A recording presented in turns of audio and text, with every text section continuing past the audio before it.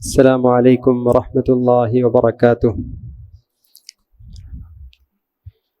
الحمد للہ رب العالمین، الصلاة والسلام علی اشرف الانبیاء والمرسلین وعلی آلہ وصحبہ اجمعین، اما بعد فاعوذ باللہ من الشیطان الرجیم، بسم اللہ الرحمن الرحیم۔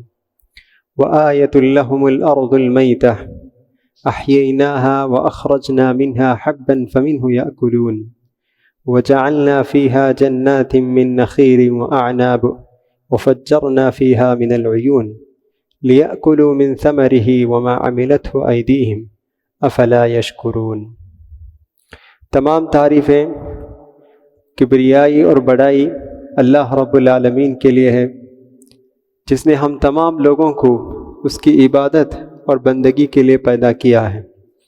درود و سلام ہو آخر الزماں محمد صلی اللہ علیہ وسلم پر، جن کو اللہ تعالیٰ ساری کائنات کے لیے رحمت بنا کر بھیجا ہے۔ محترم بزرگوں، دوستوں، پیارے بچوں اور میری معزز اسلامی ماں اور بہنوں، الحمدللہ آج کی تراویح میں ہم 22واں پارہ اور 23واں پارہ، 23واں پارہ کا تقریباً پونا حصہ پڑھا گیا ہے، اور بہت ساری صورتیں آج پڑھی گئی، جیسے سورہ فاطر، سورہ یاسین، اور اسی طرح سورہ صافات اور سورہ صاد بھی کچھ حصہ پڑھا گیا ہے۔ میں نے آج مناسب سمجھا کہ سورہ یاسین کے چند مضامین پر کچھ روشنی ڈالو، کیونکہ یاسین سورہ یہ بہت ہی مشہور سورتوں میں سے ایک سورہ ہے، اور بہت سارے لوگ یہ سورہ ہر دن پڑھتے بھی ہیں، اور بہت سارے ہمارے بھائی اور بہنوں کو یہ سورت یاد بھی ہے۔ تو اس لیے میں بہتر سمجھا کہ آج سورہ یاسین کے جو چند ٹاپکس ہیں، اس میں کن کن باتوں کی طرف اللہ تعالیٰ اشارہ کیا ہے، مختصر طور پر میں اس پر آج روشنی ڈالنا چاہتا ہوں۔ سب سے پہلے سورہ یاسین قرآن مجید کی ایک سورتوں میں سے ایک سورت ہے۔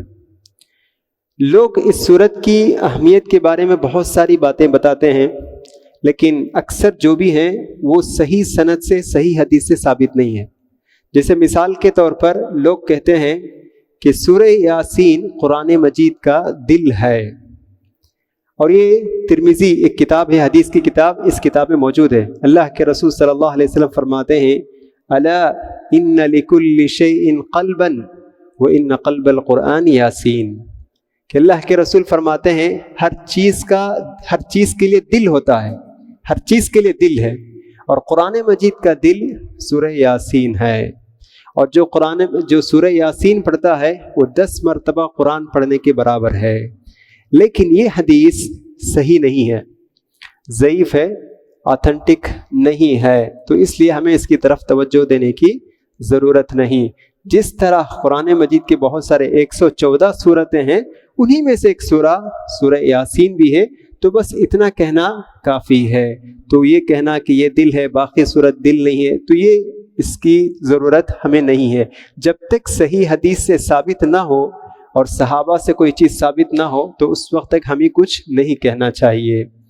اسی طرح سورہ یاسین عام طور پر لوگ ہر دن اس کو پابندی سے پڑھتے ہیں، پابندی سے۔ کچھ لوگ ہوتے ہیں، میں بچپن میں دیکھتا تھا کہ جیسے ہی فجر کی نماز سے فارغ ہوں گے، سب سے پہلے وہ سورہ یاسین پڑھتے ہیں، اور پھر اس کے بعد یا تو قرآن مجید کا کوئی دوسرا حصہ پڑھیں گے یا صرف سورہ یاسین پڑھ کر نکل جاتے ہیں۔ تو کیا یہ کرنا بھی صحیح ہے؟ کیا اس طرح ثابت ہے؟ جہاں تک حدیث کا جب ہم مطالعہ کرتے ہیں تو معلوم ہوتا ہے کہ پیارے نبی صلی اللہ علیہ وسلم اس طرح صرف سورہ یاسین ہمیشگی کے ساتھ پڑھتے تھے، اس طرح کوئی حدیث نہیں ہے۔ تو اس لیے سورہ یاسین بھی پڑھیں، سورہ رحمان بھی پڑھیں، سورہ ملک بھی پڑھیں، اور قرآن مجید کے باقی جو سورتیں ہیں وہ بھی پڑھیں، یہ زیادہ بہتر ہے انشاءاللہ۔ جب پوچھا جاتا ہے کیوں ہر دن صرف سورہ یاسین پڑھتے ہیں اور باقی سورتیں نہیں پڑھتے ہیں، تو جواب دیتے ہیں کہ سورہ یاسین پڑھنے سے دن کے سارے کام آسان ہو جاتے ہیں۔ تو اس کا جواب یہ ہے کہ یہ تاثیر صرف سورہ یاسین میں نہیں، قرآن مجید کی 114 صورتوں میں بھی یہ تاثیر ہے انشاءاللہ.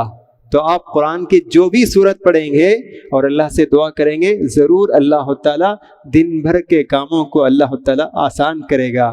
تو قرآن پڑھنے کا بہت اثر ہے. تو یہ صرف سورہ یاسین میں نہیں، ساری صورتوں میں، ساری آیتوں میں یہ تاثیر موجود ہے.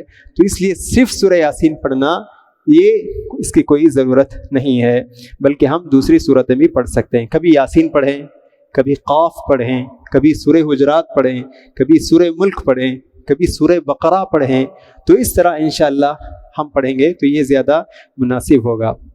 اب آتے ہیں چند مضامین کی طرف کہ آخر کیا چیز ہے، کیا کیا ٹاپکس ہیں جو سورہ یاسین میں اللہ تعالیٰ ذکر کرتا ہے. یاسین یہ 2 لفظ سے بنا ہے، یاسین یاسین. اس کے 2 معنی بتاتے ہیں مفسرین. کہتے ہیں کہ یاسین کا معنی ہے اے آدمی غور کر، اس صورت میں جو باتیں بتائی جائے گی تم ان پر غور کرو. ایک دوسرا معنی یہ ہے یاسین اللہ کے رسول کے ناموں میں سے ایک نام ہے. تو اللہ کے رسول کو اللہ تعالیٰ مخاطب ہو کر کہتا ہے کہ سنو، دیکھو اس میں جو باتیں بتائی جا رہی ہیں آپ سنیے. تو اس طرح اللہ تعالیٰ اللہ کے رسول سے مخاطب ہے. اب اس صورت میں کچھ مضامین ہیں. سب سے پہلا جو مضمون اس صورت میں جو بیان کیا گیا وہ یہ ہے، مشرکین مکہ کی طرف اشارہ کرتے ہوئے اللہ تعالیٰ کہتا ہے کہ یہ مشرکین مکہ نبی پر ایمان نہیں لاتے ہیں، کہ یہ ایمان نہیں لاتے ہیں کہ محمد صلی اللہ علیہ وسلم اللہ کے رسول ہیں، محمد صلی اللہ علیہ وسلم کی نبوت کے منکر ہیں، انکار کرتے ہیں. تو اللہ تعالیٰ کہتا ہے کہ یہ ان کا انکار کرنا بہت ہی غلط بات ہے. اللہ تعالیٰ نبیوں کو بھیجتا ہے لوگوں کی اصلاح کے لیے. تو ان کو چاہیے کہ پیارے نبی صلی اللہ علیہ وسلم پر ایمان لے آئیں، اعتراف کریں کہ محمد اللہ کے رسول ہیں، اللہ کے پیغمبر ہیں. لیکن اللہ کہتا ہے کہ ان کے نظروں پر پردے پڑ گئے ہیں، ان کے کانوں پر پردے پڑ گئے ہیں، کوئی چیز حق بات نہیں دیکھتے ہیں اور حق بات سنتے نہیں ہیں. تو ان کے نظروں پر بھی کانوں پر بھی پردے پڑ گئے ہیں. اور پھر اللہ تعالیٰ کہتا ہے یہ اللہ کا قانون ہے، اللہ کا طریقہ ہے کہ اللہ تعالیٰ ہر قوم میں نبی کو بھیجتا ہے. وَلِكُلِّ قَوْمٍ هَادٍ کہ اللہ تعالیٰ ہر قوم میں ایک نبی کو بھیجتا ہے، کوئی قوم نبی کے بغیر نہیں رہی. تو اللہ تعالیٰ مثال دے کر کہتا ہے وَاضْرِبْ لَهُمْ مَثَلًا أَصْحَابَ الْقَرْيَةِ کہ اللہ کہتا ہے اے نبی ان کو ایک بستی والوں کی مثال دیجئے. ایک بستی والوں کی مثال، یہ بستی کون سی ہے؟ کہتے ہیں انطاکیہ ایک بستی کا نام ہے. اس بستی میں ایک نبی نہیں، 2 نبی نہیں، بلکہ 3 نبیوں کو اللہ تعالیٰ نے بھیجا. 3 نبیوں کو اللہ نے بھیجا. لیکن لوگوں نے ان نبیوں پر ایمان لانے کے بجائے انہوں نے ان نبیوں کی تکذیب کی، جھٹلایا، ان پر ایمان نہیں لایا. اور مزید یہ ہے انہوں نے کہا کہ یہ نبیاں جو انبیاء ہیں یہ سب نحوست ہیں. انہوں نے کہا کہ یہ منحوس ہیں، یہ ہمارے لیے نحوست ہیں، اس طرح انہوں نے کہا. تو انبیاء نے کہا قالوا طائرکم معکم کہ نحوست ہم لوگ نہیں ہیں، بلکہ نحوست اس چیز میں ہے، تم جو گناہ کر رہے ہیں اس چیز میں نحوست ہے، نحوست ہمارے ساتھ نہیں ہے. تو بہرحال انہی لوگوں میں سے ایک نیک آدمی تھا. ان انطاکیہ جو بستی میں ایک نیک آدمی بھی تھا جو نبیوں پر ایمان لے آئے تھے، اور ان کا نام بتاتے ہیں حبیب نجار. حبیب نجار ایک نیک آدمی تھا جو ایمان لایا تھا. اللہ تعالیٰ اس کا بھی ذکر کیا ہے سورہ یاسین میں، وَجَاءَ رَجُلٌ مِّنْ أَقْصَى الْمَدِينَةِ کہ ایک آدمی دور سے آیا اور آ کر کہا اتبعوا المرسلین، دیکھو نبیوں کی بات مانو، نبیوں کی بات مانو، نبیوں کی اتباع کرو، اور خاص طور سے ایسے آدمی کی بات مانو جو تم سے کوئی اجرت نہیں مانگتا ہے. اگر کوئی آدمی تم سے کوئی بات کہہ کر اجرت مانگتا ہے تو اس کی بات ماننا یا نہ ماننا ہم سوچ سکتے ہیں، لیکن ایسا آدمی جو تم سے کوئی اجرت نہیں مانگتا ہے، کوئی معاوضہ نہیں مانگتا ہے، کوئی پیسے نہیں مانگتا ہے، اور وہ خالص اللہ کے لیے کام کر رہا ہے، اللہ کی طرف بلا رہا ہے، تو ایسے آدمی کی باتوں پر تم کو ایمان لانا چاہیے. اتبعوا المرسلین. اور پھر اس کے بعد ان کے سامنے وہ آدمی تقریر کرتا ہے وَمَا لِيَ لَا أَعْبُدُ الَّذِي فَطَرَنِي وَإِلَيْهِ تُرْجَعُونَ مجھے کیا ہو گیا ہے، میں کیوں نہ عبادت کروں اس ذات کی جس نے مجھے پیدا کیا ہے، ہم سب اسی کی طرف ہم لوٹائے جائیں گے۔ تو یہ آدمی ان کے سامنے، لوگوں کے سامنے تقریر کرتے ہیں، تو اللہ تعالیٰ اس کا بھی ذکر کرتا ہے کہ وہ کہتے ہیں کہ اللہ جس نے مجھے پیدا کیا ہے میں اس کی عبادت کیوں نہ کروں، اور جو کچھ معبودان باطلہ ہیں یہ سب قیامت کے دن ان کی سفارشیں ہمیں کچھ کام نہیں آئیں گی، ہمیں تو صرف اللہ ہی کی عبادت کرنی چاہیے۔ یہ مضمون بھی اسی میں اللہ تعالیٰ ذکر کیا ہے۔ اسی طرح سورہ یاسین کا ایک مضمون یہ بھی ہے بعث بعد الموت۔ بعث بعد الموت کا مطلب یہ ہے کہ لوگوں کو شک ہوتا ہے کہ مرنے کے بعد اللہ تعالیٰ دوبارہ کیسے زندہ کرے گا۔ آدمی کو، لوگوں کو شک ہوتا ہے، جیسے مشرکین مکہ کو شک ہو گیا تھا کہ یہ تو کیسے ممکن ہے، آدمی مر گیا تو مٹی کھا جاتی ہے اور جسم باقی نہیں رہتا ہے، دوبارہ اللہ تعالیٰ سڑا ہوا گلا ہوا ہمارے جسم کو اللہ تعالیٰ دوبارہ جوڑے گا اور اس کو دوبارہ پیدا کرے گا، یہ تو ناممکن ہے۔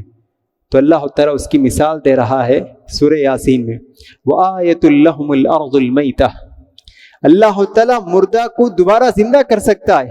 اس کی مثال یہ ہے کہ تم مردہ زمین کو دیکھو، زمین جو بارش نہ ہونے کی وجہ سے مردہ ہو چکی ہے، اس میں کوئی پودے نہیں اگ رہے ہیں، زمین ایسے ہی رہتی ہے، لیکن جیسے ہی بارش ہوتی ہے تو یہ زمین پودوں سے لہلہا اٹھتی ہے، اس میں زندگی آ جاتی ہے، وہ زمین زندہ ہو جاتی ہے۔ تو اللہ تعالیٰ اسی مثال دے کر کہتا ہے کہ جس طرح یہ مردہ زمین بارش کی وجہ سے زندگی اس میں آ گئی، تو بالکل اسی طرح اللہ تعالیٰ مردہ آدمی کو دوبارہ زندہ کرنے پر بھی قادر ہے۔ یہ اللہ تعالیٰ اس میں اشارہ کرتا ہے۔ اسی طرح اللہ تعالیٰ سورہ یاسین میں بہت ساری نشانیوں کا ذکر کرتا ہے۔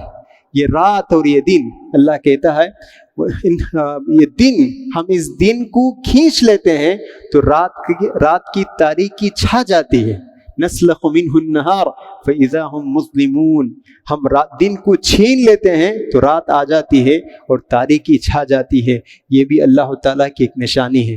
اور اسی طرح اللہ تعالیٰ کہتا ہے والشمس تجری لمستقر لها، کہ یہ سورج سب سے بڑی مخلوق ہے۔ آج کائنات روشن ہے صرف اسی سورج کی وجہ سے۔ اگر سورج چند منٹ کے لیے اپنی روشنی بند کر دے تو ساری دنیا تاریکی میں ڈوب جائے گی۔ تو اللہ تعالیٰ کہتا ہے کہ یہ سورج بھی اللہ کے حکم سے گردش کر رہا ہے۔ والشمس تجری لمستقر لها، تو وہ اپنے مدار پر اللہ تعالیٰ کے حکم سے گردش کر رہا ہے۔ جیسا کہ میں اس سے پہلے بھی بتا چکا ہوں، دیکھیے قرآن مجید کو سائنس سے ہم موازنہ نہیں کر سکتے ہیں۔ سائنس کی بنیاد پر ہم قرآن کو جانچنا یہ غلط بات ہے۔ تو اس کی مثال میں نے بتائی تھی کہ دیکھیے اس سے پہلے لوگ کہتے تھے کہ سورج کے لیے کوئی مومنٹ نہیں ہے، سورج گھومتا نہیں ہے، پھرتا نہیں ہے، سائنس اس طرح کہتی تھی۔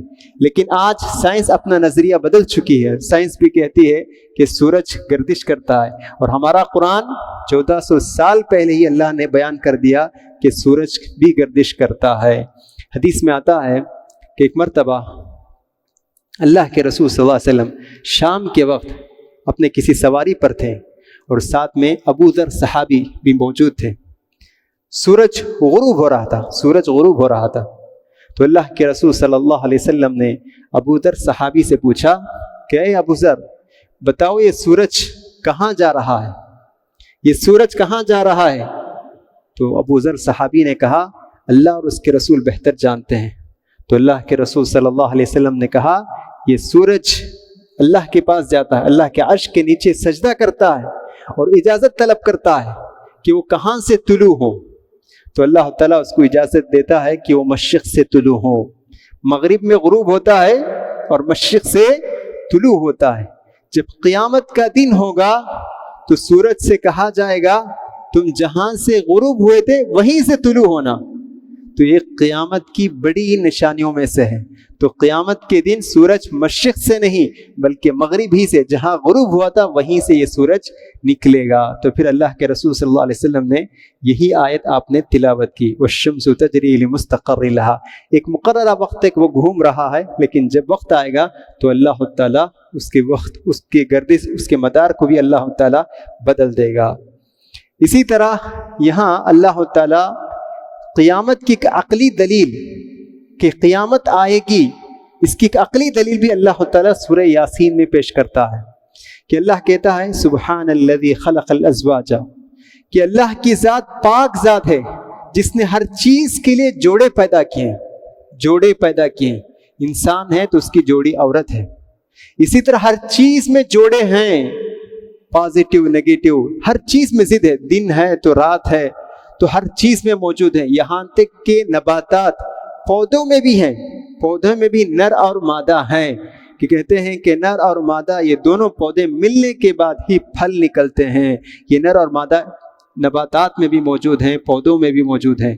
تو اللہ تعالیٰ کہتا ہے جب ہر چیز کے لیے جوڑی ہے، جب ہر چیز کے لیے جوڑی ہے تو دنیا کی بھی ایک جوڑی ہونی چاہیے، دنیا کا بھی ایک جوڑا ہونا چاہیے، اور وہی آخرت ہے۔ تو اللہ تعالیٰ کہتا ہے کہ تم اس پر غور کرو۔ آخر میں اللہ تعالیٰ یہ ساری نشانیاں ذکر کرنے کے بعد مشرکین مکہ سے مخاطب ہو کر کہتا ہے دیکھو اللہ تعالیٰ نے تمہارے لیے بہت ساری چیزیں، نعمتیں تمہارے لیے پیدا کیا ہے۔ وَجَعَلْنَا فِيهَا جَنَّاتٍ مِّن نَخِيلٍ وَأَعْنَابٍ وَفَجَّرْنَا فِيهَا مِنَ الْعُيُونِ لِيَأْكُلُوا مِن ثَمَرِهِ وَمَا عَمِلَتْهُ أَيْدِيهِمْ أَفَلَا يَشْكُرُونَ، کہ اللہ کہتا ہے کہ ہم نے اس زمین میں کھجور کے، انگور کے باغات ہم پیدا کیے ہیں، اور ان کے لیے ہم اس میں پانی کے چشمے بہا دیے ہیں تاکہ وہ لوگ اس کے پھلوں میں سے کھائیں۔ اللہ تعالیٰ اس کے بعد پوچھتا ہے افلا یشکرون، کیا وہ ہمارا شکر ادا نہیں کرتے ہیں؟ تو اس آیت سے بات معلوم ہوتی ہے کہ اللہ تعالیٰ سارے لوگوں سے مخاطب ہو کر کہتا ہے کہ اللہ تعالیٰ ہمیں بہت ساری نعمتوں سے نوازا ہے، یہ پھل، یہ اناج، یہ پانی، جو میٹھا میٹھا پانی جو ہم پیتے ہیں صاف و شفاف، یہ سب اللہ کی نعمتیں ہیں۔ تو اللہ تعالیٰ سارے لوگوں سے مخاطب ہو کر کہتا ہے کہ یہ میری نعمتیں ہیں، تم ان نعمتوں سے فائدہ اٹھا کر تم کو چاہیے کہ تم اللہ کا شکر ادا کریں۔ تو محترم حضرات، تو یہ بہت بڑی چیز ہے جو سورہ یاسین میں بات بتائی جا رہی ہے کہ ہم اللہ کی نعمتوں سے فائدہ بھی اٹھائیں اور اللہ کا ہم شکر بھی ادا کریں۔ اگر کوئی انسان اللہ کی نعمتوں سے فائدہ اٹھاتا ہے اور اس کا شکر ادا نہیں کرتا ہے تو یہ بہت بڑی ناانصافی ہے، بہت بڑی ناانصافی ہے اور بہت بڑی ناقدری ہے کہ اللہ کی نعمتوں سے فائدہ اٹھاتے ہوئے اس کی ناشکری ہم کر رہے ہیں۔ تو ایک مومن ہمیشہ اس کی زندگی کا ایک ایک لمحہ اللہ تعالیٰ کی شکر گزاری میں گزرنی چاہیے۔ شکران نعمت ایک بہت بڑی نعمت ہے، بہت بڑی عبادت ہے۔ اللہ تعالیٰ جو بندہ اللہ کا شکر ادا کرتا ہے اللہ تعالیٰ اس سے راضی ہو جاتا ہے۔ وَإِن تَشْكُرُوا يَرْضَهُ لَكُمْ، کہ اگر تم اللہ کا شکر ادا کرو گے تو اللہ تعالیٰ تم سے راضی ہو جائے گا۔ اور اللہ تعالیٰ کی نعمتوں کا شکر ادا کرنا یہ نیک لوگوں کی صفت ہے، نیک لوگوں کی عادت ہے۔ قرآن مجید میں اللہ تعالیٰ نوح علیہ السلام کا ذکر کیا، کہا انہو کان عبدا شکورا، نوح علیہ السلام بہت ہی شکر گزار بندے تھے۔ ابراہیم علیہ السلام کے بارے میں اللہ کہتا ہے شاکرا لانعمہ، ابراہیم علیہ السلام اللہ تعالیٰ کی نعمتوں کا بہت ہی شکر گزار بندے تھے۔ تو ان نعمتوں سے فائدہ اٹھاتے ہوئے ہم منعم حقیقی اللہ کا ہمیں شکر ادا کرنا چاہیے۔ اللہ کا شکر ادا کرنے سے ہماری نعمتیں بھی باقی رہیں گی اور نعمتوں میں اضافہ بھی ہوگا۔ اللہ فرماتا ہے لئن شکرتم لازیدنکم، کہ اگر تم شکر ادا کرو گے تو میں ضرور تمہاری نعمتوں میں اضافہ کروں گا۔ وَلَئِن كَفَرْتُمْ، اگر ناشکری کرو گے تو میرا عذاب بہت ہی سخت ہے۔ تو جو بھی انسان صرف یہ دیکھتا ہے کہ میرے پاس وہ نہیں ہے، میرے پاس بنگلہ نہیں، میرے پاس کار نہیں، میرے پاس فلاں چیز نہیں ہے، میرے پاس وہ مشین نہیں، وَفِي أَنفُسِكُمْ، اللہ کہتا ہے تم باہر دیکھنے کی ضرورت نہیں، خود تمہارے اندر تم غور کرو کتنی نعمتوں سے اللہ تعالیٰ تمہیں نوازا ہے۔ یہ بولنے کی صلاحیت کتنی بڑی اللہ کی نعمت ہے۔ آج میرے دل میں جو بات ہے میں آپ کو بتا رہا ہوں، اور آپ کے دل میں جو بات ہے وہ مجھے آپ سنا رہے ہیں، یہ کتنی عظیم نعمت ہے۔ اگر کوئی انسان قوت گویائی، بولنے کی صلاحیت سے اگر محروم ہو، کتنی اس کو مشقت اور تکلیف ہوتی ہے، ہم اس کا اندازہ کر سکتے ہیں۔ سماعت، سننے کی صلاحیت، یہ بھی اللہ کی بہت بڑی نعمت۔ جو آدمی سماعت سے محروم ہو جاتا ہے، سبحان اللہ، اس کی مشقت ہم بیان نہیں کر سکتے ہیں۔ الغرض دیکھنا، یہ جو قوت بصارت ہے دیکھنے کی چیز، یہ بھی اللہ کی کتنی بڑی نعمت کہ ہم اس کی وجہ سے ساری دنیا ہم دیکھ رہے ہیں، کہ اگر اللہ تعالیٰ یہ بصارت سے ہمیں محروم کر دیں تو ساری دنیا تاریک ہو جائے گی۔ تو یہ سب ہمارے اندر ہم نعمت ہے، لیکن ہمیں ان نعمتوں کا احساس نہیں ہے۔ تو ضرورت ہے کہ سب سے پہلے ہم ان نعمتوں کا احساس ہمارے دل میں پیدا کریں کہ اللہ تعالیٰ ہمیں بہت ساری نعمتوں سے نوازا ہے۔